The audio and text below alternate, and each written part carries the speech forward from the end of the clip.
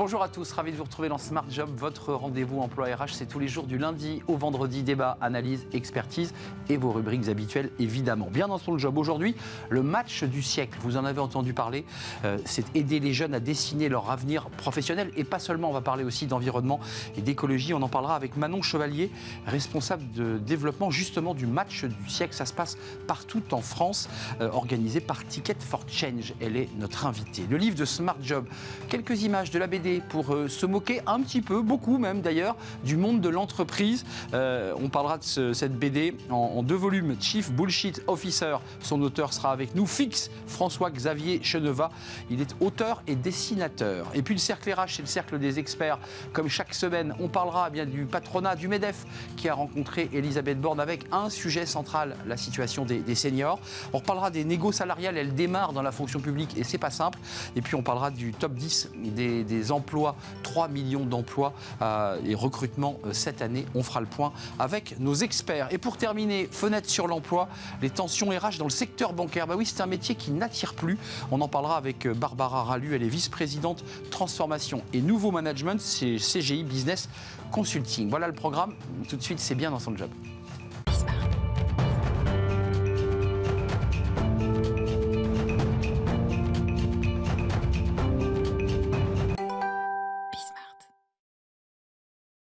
Bien dans son job, on parle du match du siècle. Est-ce que vous avez entendu parler de ce match du siècle ? Peut-être dans vos villes, dans les grandes villes. On va en parler avec Manon Chevalier. Bonjour Manon. Bonjour. Responsable développement du match du siècle. Vous travaillez pour Ticket for Change.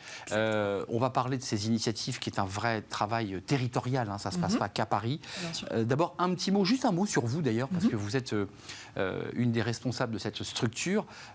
Vous aussi, vous avez changé un peu de vie. Vous étiez dans le marketing digital et vous avez basculé dans l'associatif qui donne du sens. Pourquoi ce changement de vie ?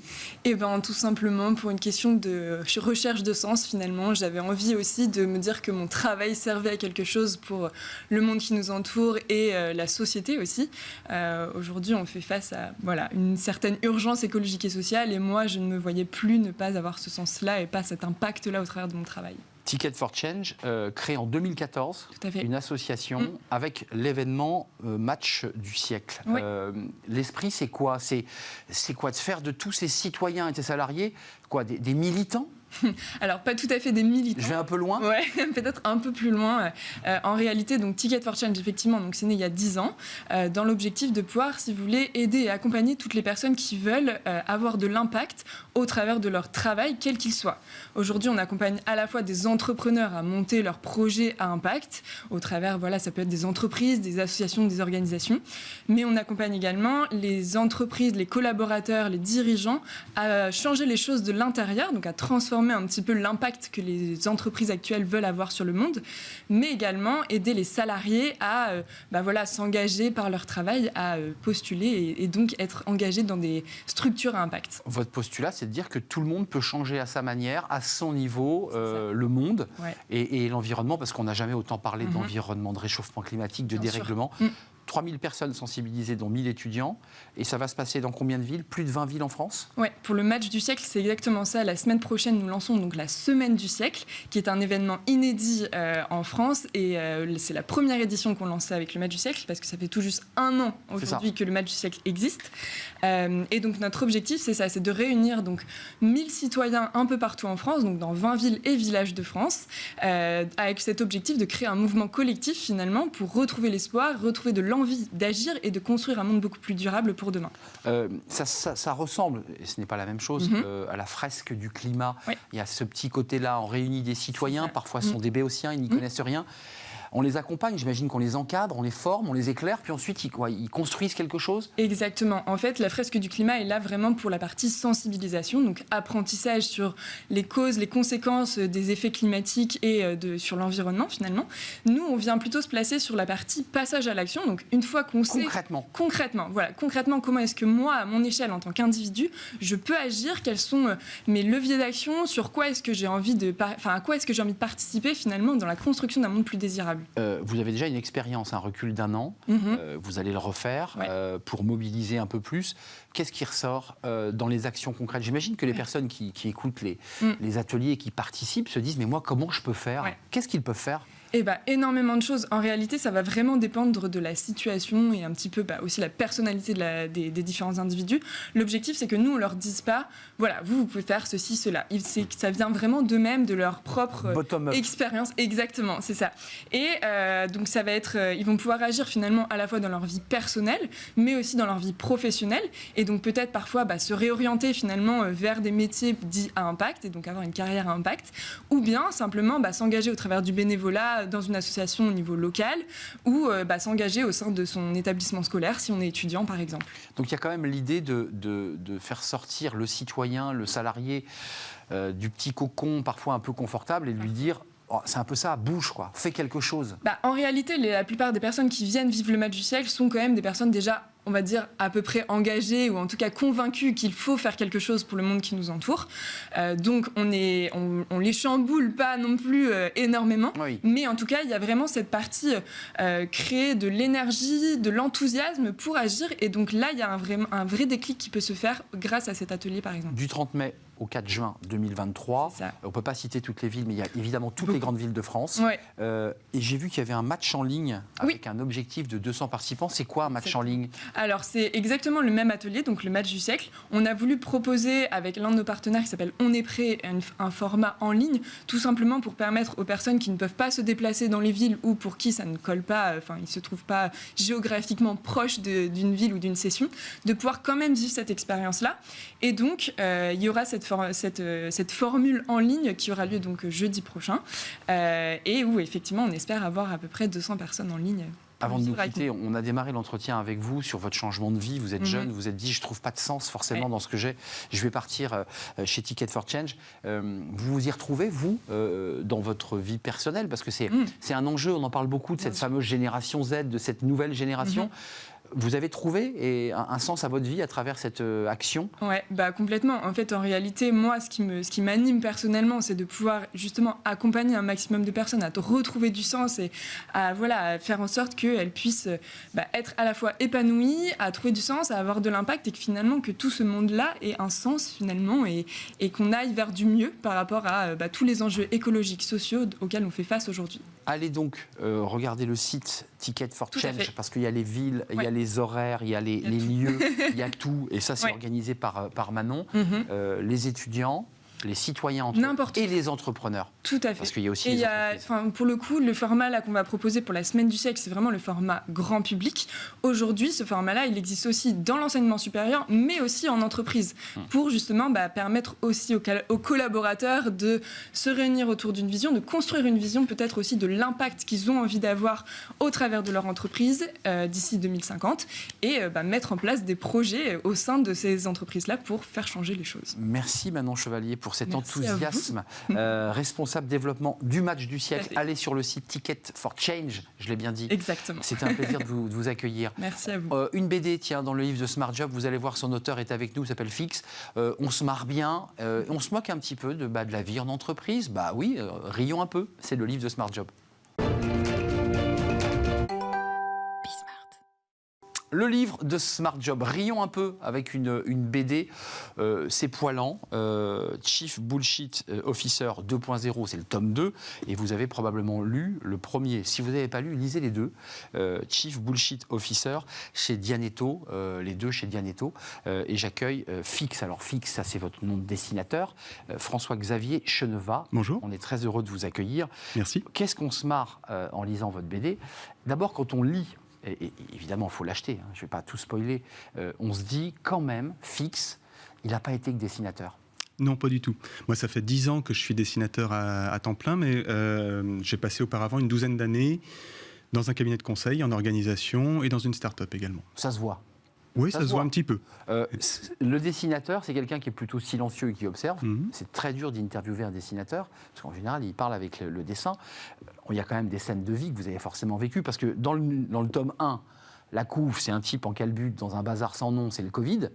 Et puis le tome 2, là, on passe en 2.0, il y a l'intelligence artificielle qui arrive, dont on parle beaucoup. Il y a du vécu là-dedans. C'est pratiquement que du vécu, mais un petit peu tiré vers la caricature. Donc c'est pour que ce soit humoristique.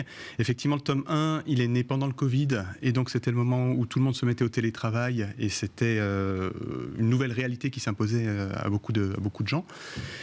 Et dans le tome 2, j'aborde d'autres sujets tout aussi d'actualité pour les entreprises, la responsabilité sociale, le burn-out, les problématiques de RH, l'intelligence artificielle, etc. C'est un vieux lion fatigué, c'est comme ça que vous le décrivez, Léonce, oui. Qu'on retrouve en fil rouge dans le tome 1 et dans le tome 2. Le dernier vient de sortir, c'est le tome 2. Pourquoi un lion ? Parce que vous avez quand même choisi, ça c'est vraiment très original, ça vous permet quoi ? D'aller plus loin, de choisir des animaux à la place d'humains ? Alors oui, le choix des animaux, il vient d'abord d'un fait très simple, c'est que c'est des personnages qui sont sympathiques. Au premier abord, on aime bien les personnages avec des têtes d'animaux. Ouais. L'écureuil, on y reviendra. Il est un peu psychopathe. Ouais, il est psychopathe dans l'écureuil, c'est le directeur financier. Un peu psychorigide, oui. Ouais. Et il y a cette espèce de capital sympathie, puis on peut faire passer des traits de caractère très fortement à travers le choix d'un animal. Dans le tome 2, il y a un fournisseur que je dessine en crocodile. Oui. On imagine tout de suite qu'il va chercher à bouffer son client. On va voir l'écureuil là, parce que ça c'est le tome 2. Quoi ? Vous voulez encore réduire le budget de mon service ? Non, j'ai dit optimiser. Oui, tout à fait. Ça, c'est les mots bullshit, parce qu'en l'occurrence, ça correspond bien au titre du Chief Bullshit Officer. Alors, bullshit, dans votre esprit, ça veut dire quoi ? On cache les vérités, on jargonne Alors, on jargonne. C'est pas obligatoirement une volonté de cacher la vérité, mais c'est une volonté de l'embellir. Pour moi, le bullshit, c'est le pouvoir hypnotisant des beaux mots à la mode qu'on va balancer à droite à gauche. C'est du name dropping, là, j'utilise un anglicisme, mais avec les mots à la mode. Et effectivement, c'est le moment où il y a le fond, il y a la forme, sans qu'il y ait obligatoirement le fond, justement. La forme supplante le... On ripolline du vide, quoi. C'est ça. Juste sur le regard que vous portez aujourd'hui sur l'entreprise et que vous portiez à l'époque, quand vous étiez consultant, nous on parle beaucoup d'emploi, de RH, onboarding, offboarding, tous ces mots-là, évidemment, vous ont traversé. Comment vous vous situez maintenant que vous avez fait un pas de côté, que vous êtes totalement à côté ? Est-ce que vous vous sentez plus heureux, plus libre, plus, nettoyé de tout cela ?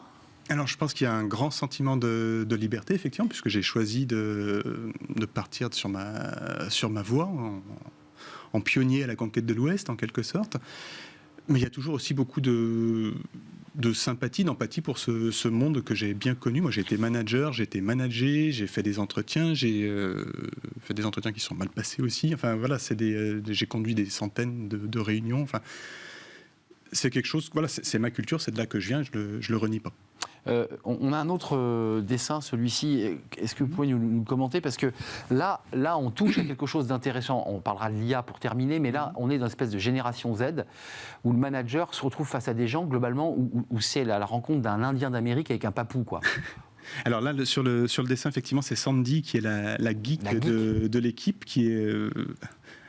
occupé à jouer à Mario Kart sur son poste de travail au bureau.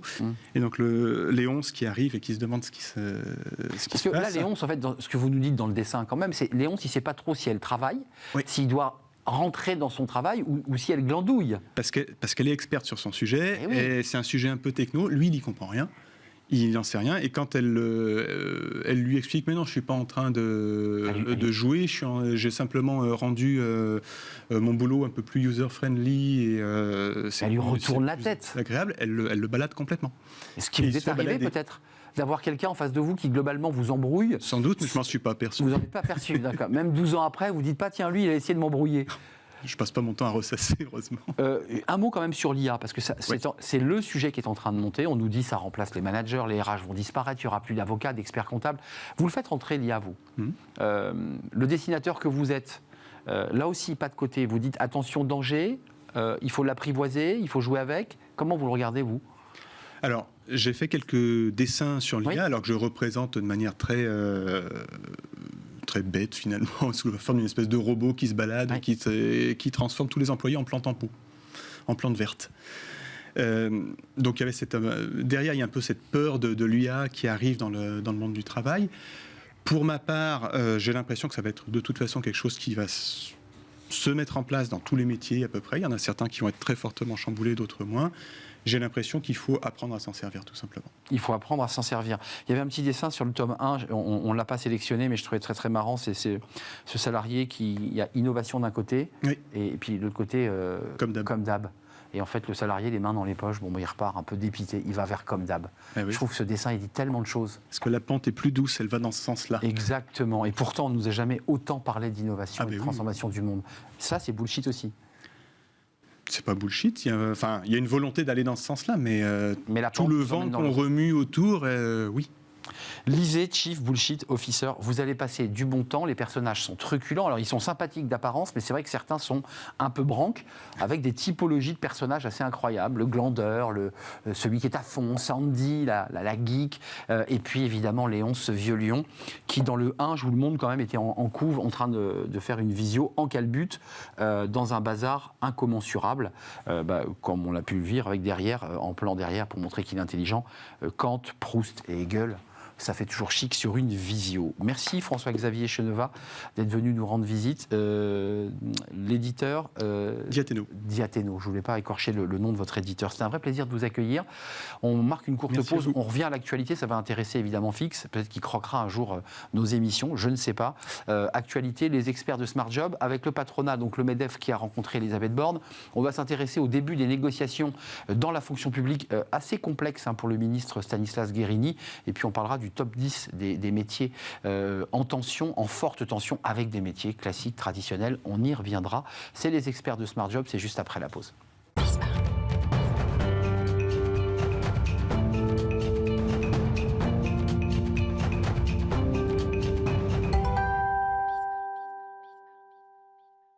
Le cercle des experts, comme chaque semaine, pour balayer l'actualité, avec beaucoup de sujets. Aujourd'hui, la rencontre du MEDEF, du patronat, avec Elisabeth Borne sur un certain nombre de sujets, les seniors en particulier, mais pas seulement.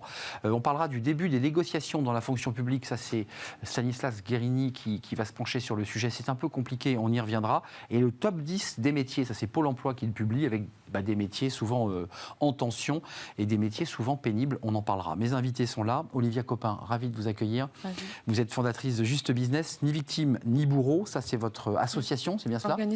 Organisme de formation, pardon, Calliope, donc. Et on en a parlé sur le plateau il y a quelques semaines. Alexandre Lamy est avec nous. Bonjour Alexandre, avocat spécialiste en droit social, membre de l'Institut Sapiens et le think tank Neos. Neos, absolument. Et vous aviez remis un rapport à Thibaut Guilluy sur France Travail. France Travail. Ouais, le service public de l'emploi idéal pour les entreprises. Non mais je vous lance là-dessus parce que France Travail, c'est un sujet qu'on aura dans les experts, puisqu'il y a une loi travail en préparation et probablement une loi qui traitera de France Travail. Antoine Fouché est avec nous. Bonjour Antoine. Bonjour. Président de Quintet Conseil et ex-directeur de cabinet de Muriel Pénicaud au ministère du Travail. C'est un sujet que vous connaissez parfaitement bien. Commençons par le patronat reçu, le MEDEF reçu par Elisabeth Borne. Il y a les seniors sur la table, je ne sais pas si vous avez bien regardé, mais il n'y avait pas que ça. Il a été évoqué par la Première ministre la réforme de l'assurance chômage et l'idée de conditionner les aides d'État, les aides publiques, aux activités. Absolument. Commençons par les seniors, parce que je dirais que c'est un peu le sujet classique. Le MEDEF remet le sujet sur la table. Ce qui est assez logique, puisqu'on avait un déficit de méthode à la base. On a choisi de passer cette réforme dans le cadre d'une loi budgétaire, de réforme de la sécurité sociale. Et le Conseil constitutionnel a dit non. Logiquement, est venu nous dire les mesures d'accompagnement social, les peu qu'il y avait, on les oublie. On les sort. Donc il y a cet enjeu de méthode, donc il est naturel que ces sujets d'accompagnement reviennent sur la table, d'une part, et puis d'autre part, il y a un enjeu de méthode fondamental qui est à mon sens posé dans le cadre des discussions qui ont repris, c'est que le président, dans son allocution récente, a quand même dit que avant de passer par la loi, on allait passer d'abord par la négociation. Oui. Donc c'est renvoyer les partenaires sociaux à leurs responsabilités. Au moment où les syndicats disaient on ne veut pas y aller. Absolument, mais c'est une sorte de révolution, parce qu'on a un article fondamental dans le Code du travail qui est l'article 1, qui vient nous dire qu'avant toute réforme en matière de droit du travail, on doit se concerter. Et la concertation, ce n'est pas la négociation. Et donc le message qui est donné, et à mon avis c'est un message assez fort, c'est de dire négocier. Et moi, je tirerai les conséquences des négociations qui sont les vôtres. On l'a vu que ça a fonctionné sur le partage de la valeur, assez mal sur les retraites, la transition écologique. Maintenant, à charge pour vous de vous mettre d'accord sur des mesures d'accompagnement social, notamment sur les retraites. Les seniors c'est un sujet essentiel. Il faut le remettre sur la table, ce sujet des seniors. Antoine Fouché, on l'a entendu, le Conseil Constitutionnel a retoqué cette partie. C'était important que le MEDEF porte de nouveau ce sujet ? C'était important, mais après, on ne va pas se mentir, hein, c'est son intérêt.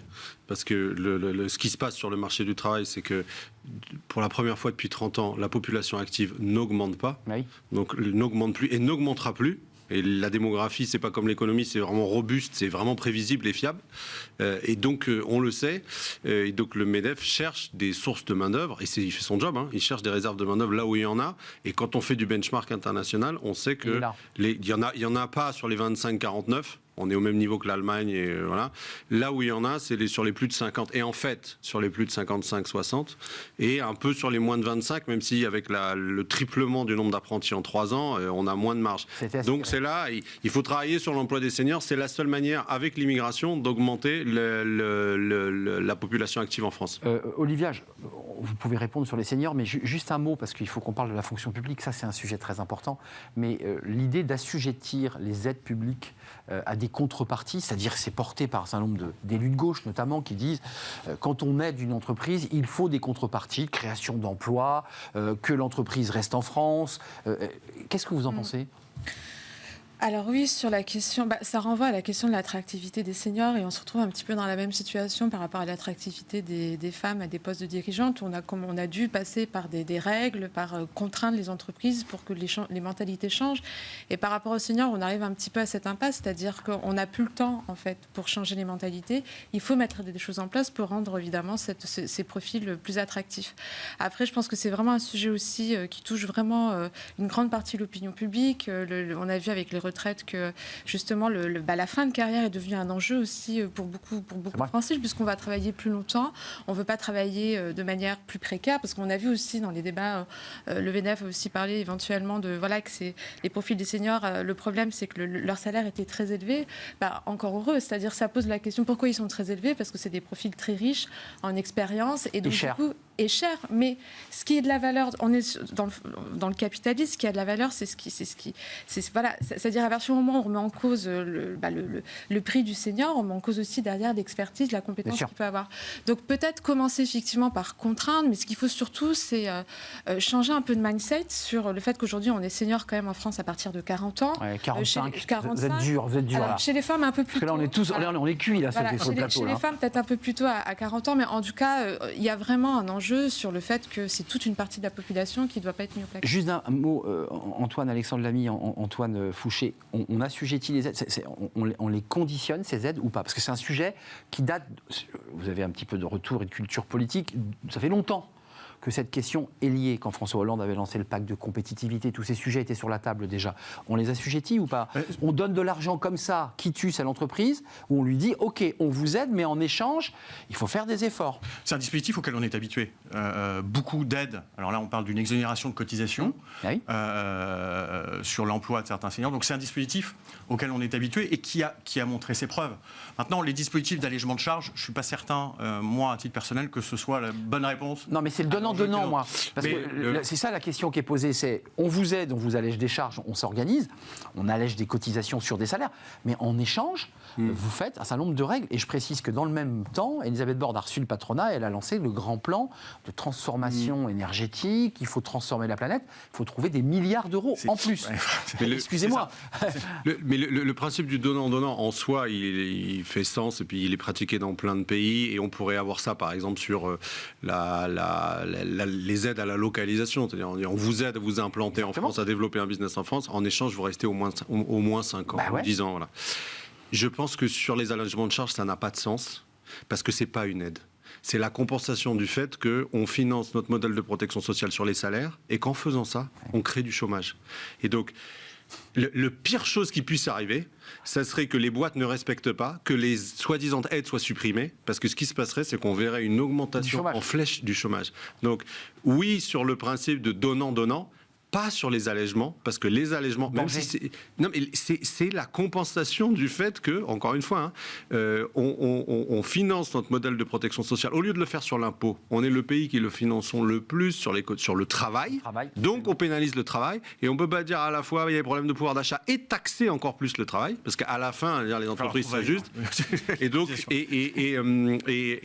on a toujours ce problème, même avec les allègements. Le pire en plus, c'est que même avec les allègements, dès qu'on est au-dessus de 2,5 SMIC... C'est des poches. Non, mais et surtout, on est toujours plus cher. C'est-à-dire que vous avez... N'importe qui peut faire le calcul. Il faut aller sur un site, un moteur de recherche et voir en super brut comparé. Pour 4 ingénieurs allemands, il y a 3 ingénieurs français.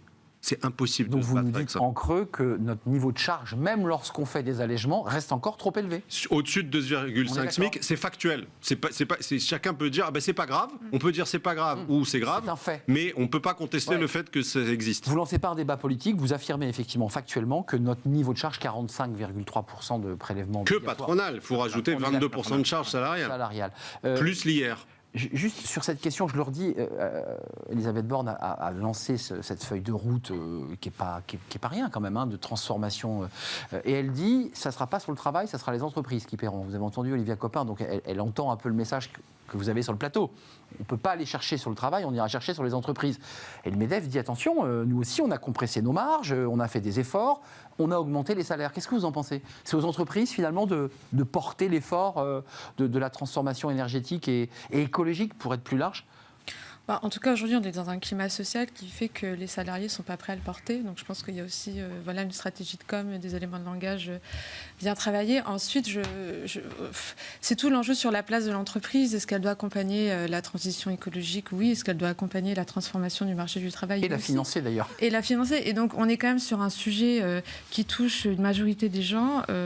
Comment mettre en place des solutions pour que les seniors ne soient plus mis au placard Pour revenir sur la question écologique, un tout petit mot, parce qu'il faut qu'on parle de la fonction publique. Il y a une petite musique quand même qu'on entend beaucoup, c'est à la dette publique. On nous oppose beaucoup la dette climatique. C'est-à-dire que je ne veux pas entendre parler de la dette publique. Moi, ce qui m'intéresse, c'est la dette climatique.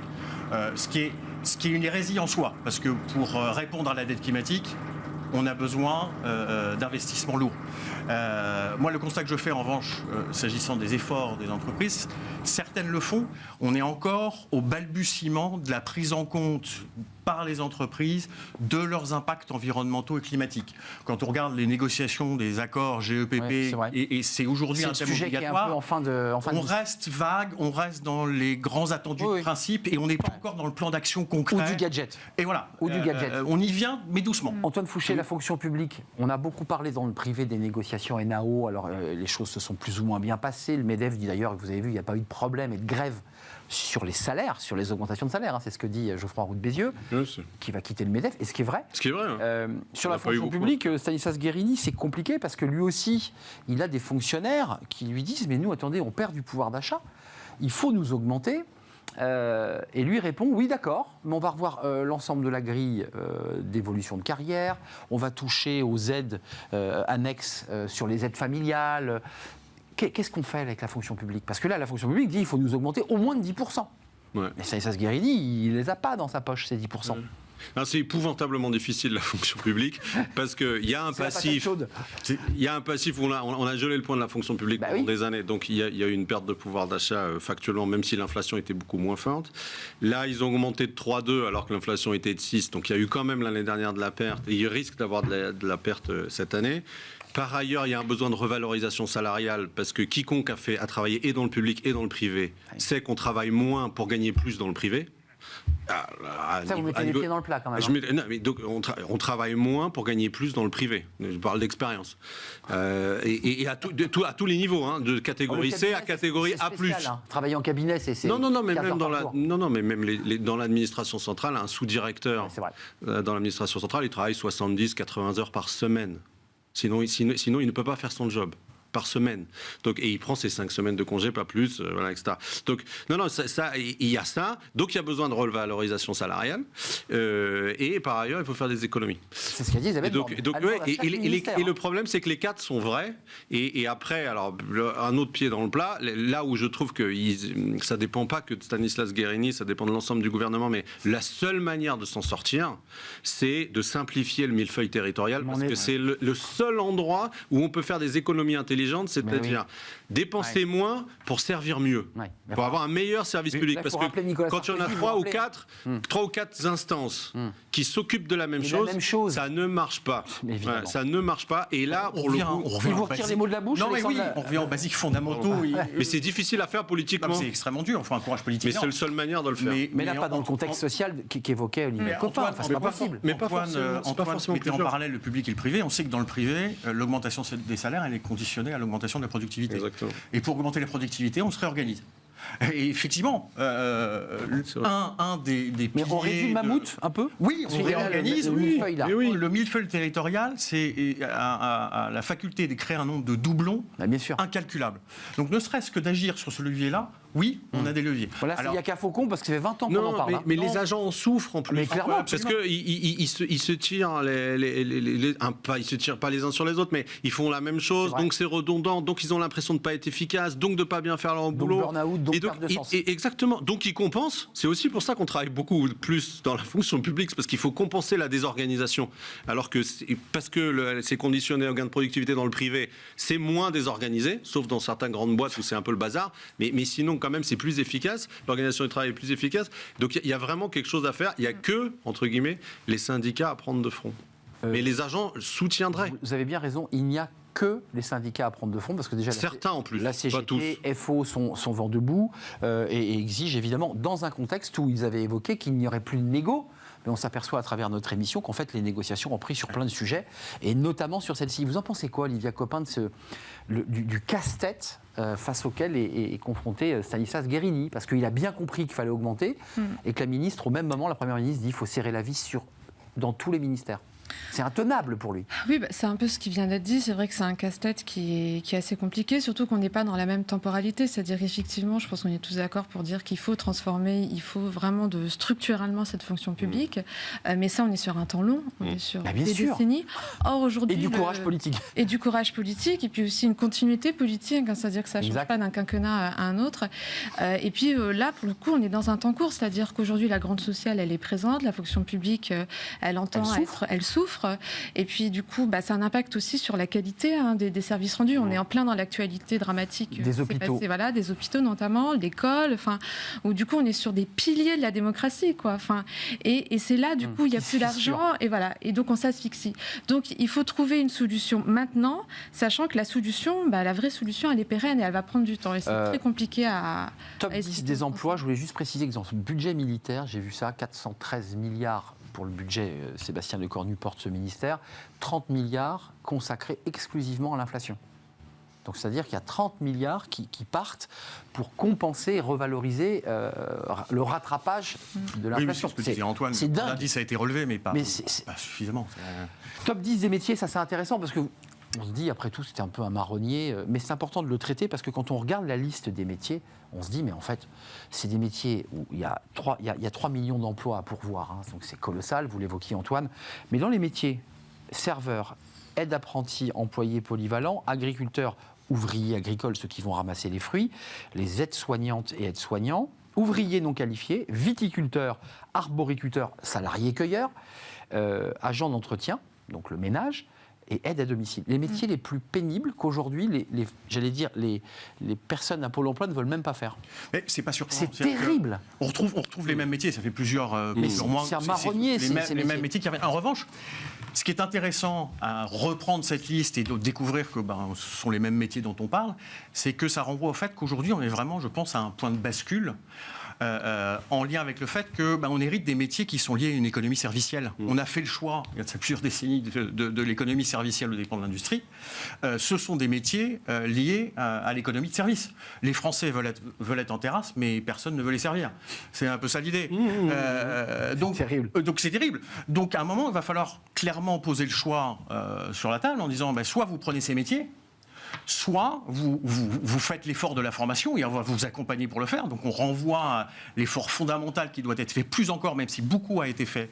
Et je regarde Antoine, sur le sujet, il y a encore beaucoup à faire. On a besoin de 4 points de PIB en matière d'investissement de formation à minima, et notamment renforcer l'investissement sur l'éducation primaire. D'expérience, ramasser des fruits, des cerises, des cornichons, des c'est extrêmement pénible. Moi, je veux bien que vous me parliez de formation. Et l'immigration professionnelle permet de répondre à ça. Mais... Je mets les pieds dans le plat, parce qu'il y a une loi, une immigration qui devrait parvenir, on ne sait pas trop. Qu'est-ce que vous en pensez, Olivia? Parce qu'il y a un débat là, globalement, ramasser des fruits, c'est pénible. Pas besoin de faire 15 jours de formation, on comprend assez vite qu'il faut ramasser le fruit, le mettre dans une cagette. On ne les trouve pas, ces salariés. C'est saisonnier, c'est plutôt mal payé, c'est pénible, ils n'y vont pas. Oui, puis ce qui est le plus terrible, c'est que dans ce classement, il y a aussi les aides-soignants, les aides à domicile. Donc là, on renvoie aussi à notre question, enfin, c'est des questions civilisationnelles sur comment on traite nos aînés. Et on va tous, c'est une question qui nous concerne tous. C'est un problème de salaire? J'ai envie de dire que c'est le top c'est les 10 métiers en crise, quoi. C'est pas qu'un problème de salaire. Depuis le Covid, il y a quand même une profonde transformation de nos rapports au travail. Donc oui, c'est une question de rémunération, c'est une condition de travail, notamment dans la restauration, l'hôtellerie. Ça n'attire plus personne parce que c'est des métiers qui empiètent complètement sur votre vie privée, qui sont pas du tout rémunérés. Et aussi, on parle beaucoup de la reconnaissance dans le monde de l'entreprise, mais c'est des métiers qui ne sont pas reconnus socialement. Et donc, du coup, effectivement, c'est des métiers qui vont attirer personnes qui n'ont pas d'autre choix que d'accepter ces métiers-là. Donc, les personnes les plus précaires, les moins instruites, les moins formées. Du coup, sur des métiers, pour moi, c'est très grave, sur des métiers comme aide-soignant, aide à domicile, où pour moi, on devrait être sur des métiers passion, parce que s'occuper de personnes âgées, c'est quand même, il faut quand même des qualités humaines intrinsèques. Oui. Et du coup, qu'est-ce qu'on retrouve à la fin? De la maltraitance dans les EHPAD, de la maltraitance dans les hôpitaux. C'est vraiment un problème. Une souffrance au travail de ceux qui font le boulot. Sur l'immigration, on accueille dans une loi des personnes, là, des quotas de Nicolas Sarkozy, on en a beaucoup parlé aujourd'hui. On dit, on a besoin de 10 000 personnes pour faire le nettoyage. On a besoin, comment on fait concrètement? Pôle emploi fait la liste, bon, très bien. Moi, je pense que de toute façon, on n'a pas le choix. C'est-à-dire que là, le débat montre que on est face à nos contradictions. D'un côté, je ne sais pas si les contradictions consommateurs-citoyens ou contradictions, intrinsèques. Et politiques même d'ailleurs. Et totalement politiques. Évidemment. Encore une fois, là, cette liste-là, grosso modo, depuis 10-15 ans, elle ne bouge pas. Elle ne bouge pas. Donc, on peut dire, sans être polémique et en étant factuel, que c'est les métiers que les Français, qui soient Français depuis 1 ou 10 générations, ne veulent pas faire. Voilà. Donc, ensuite, la question, c'est qu'est-ce qu'on fait? Est-ce qu'il y a un contrat social plus dur qui dit, en fait, si, quand même si vous voulez pas quand même, donc là, c'est, on baisse ou on supprime les aides sociales pour remplir, c'est le bâton. Ou alors, mais il n'y a pas de troisième, ou alors, c'est une immigration beaucoup plus massive sur ces métiers-là, et donc ciblée et contrôlée. Voilà. Mais on n'a pas... Ou alors, non, si la troisième solution, c'est de rester... Oui, mais ça ne fait pas la masse. Parce que, comme vous dites, c'est des centaines de milliers de personnes qu'il faut... et par an. Merci. Donc en fait, et sinon, la troisième solution, c'est de faire comme on fait depuis 10 ans, c'est-à-dire que ça reste non pourvu, et c'est super dur pour ceux qui y vont, parce qu'ils doivent compenser l'absence des autres. Et ils craquent. Olivia Copin. Et au moment où ils craquent. La liste va peut-être amenée à être évoluée. Peut-être qu'un jour, ce sera aussi les enseignants, les professeurs qui font partie des métiers. Ils sont pas loin. Et ça commence, Voilà. Ils ne sont pas loin, les enseignants. Donc quand même, gros warning. Source d'inquiétude parce que le marché de l'emploi n'a jamais été aussi tendu. Merci. Ça renvoie à la négociation sur l'attractivité. Merci pour ce débat. Je resterai bien avec vous encore un petit quart d'heure parce qu'il y a tellement de sujets à traiter et c'est passionnant. Merci à vous, Olivia Copin, fondatrice de Just Business. Ni victime ni bourreau, organisme de formation. Antoine Fouché, merci. Quintet Conseil, ex-DIRCAP de Muriel Pénicaud. Et merci Alexandre Lamy, spécialiste et avocat en droit social. L'Institut Sapiens, c'est le think tank Néos. Vous avez quand même une sacrée liste, quand même. Ça rigole pas. On tourne une page, fenêtre sur l'emploi. On parle, tiens, c'est exactement le sujet. Les métiers de la banque n'attirent plus, eux non plus. Pourtant, auparavant, on voulait travailler dans les banques. C'est plus le cas et on en parle dans Fenêtre sur l'emploi.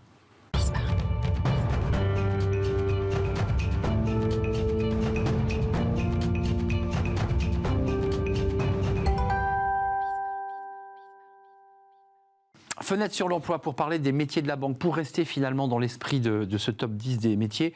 La banque n'était pas dans la liste, mais c'est un métier qui n'attire plus ou qui attire moins. On en parle avec Barbara Ralu. Bonjour Barbara. Bonjour. Ravi de vous accueillir. Alors, vice-présidente, vous n'aimez pas ce titre Vice-présidente conseil expert. Vice-présidente conseil expert chez CGI Business Consulting.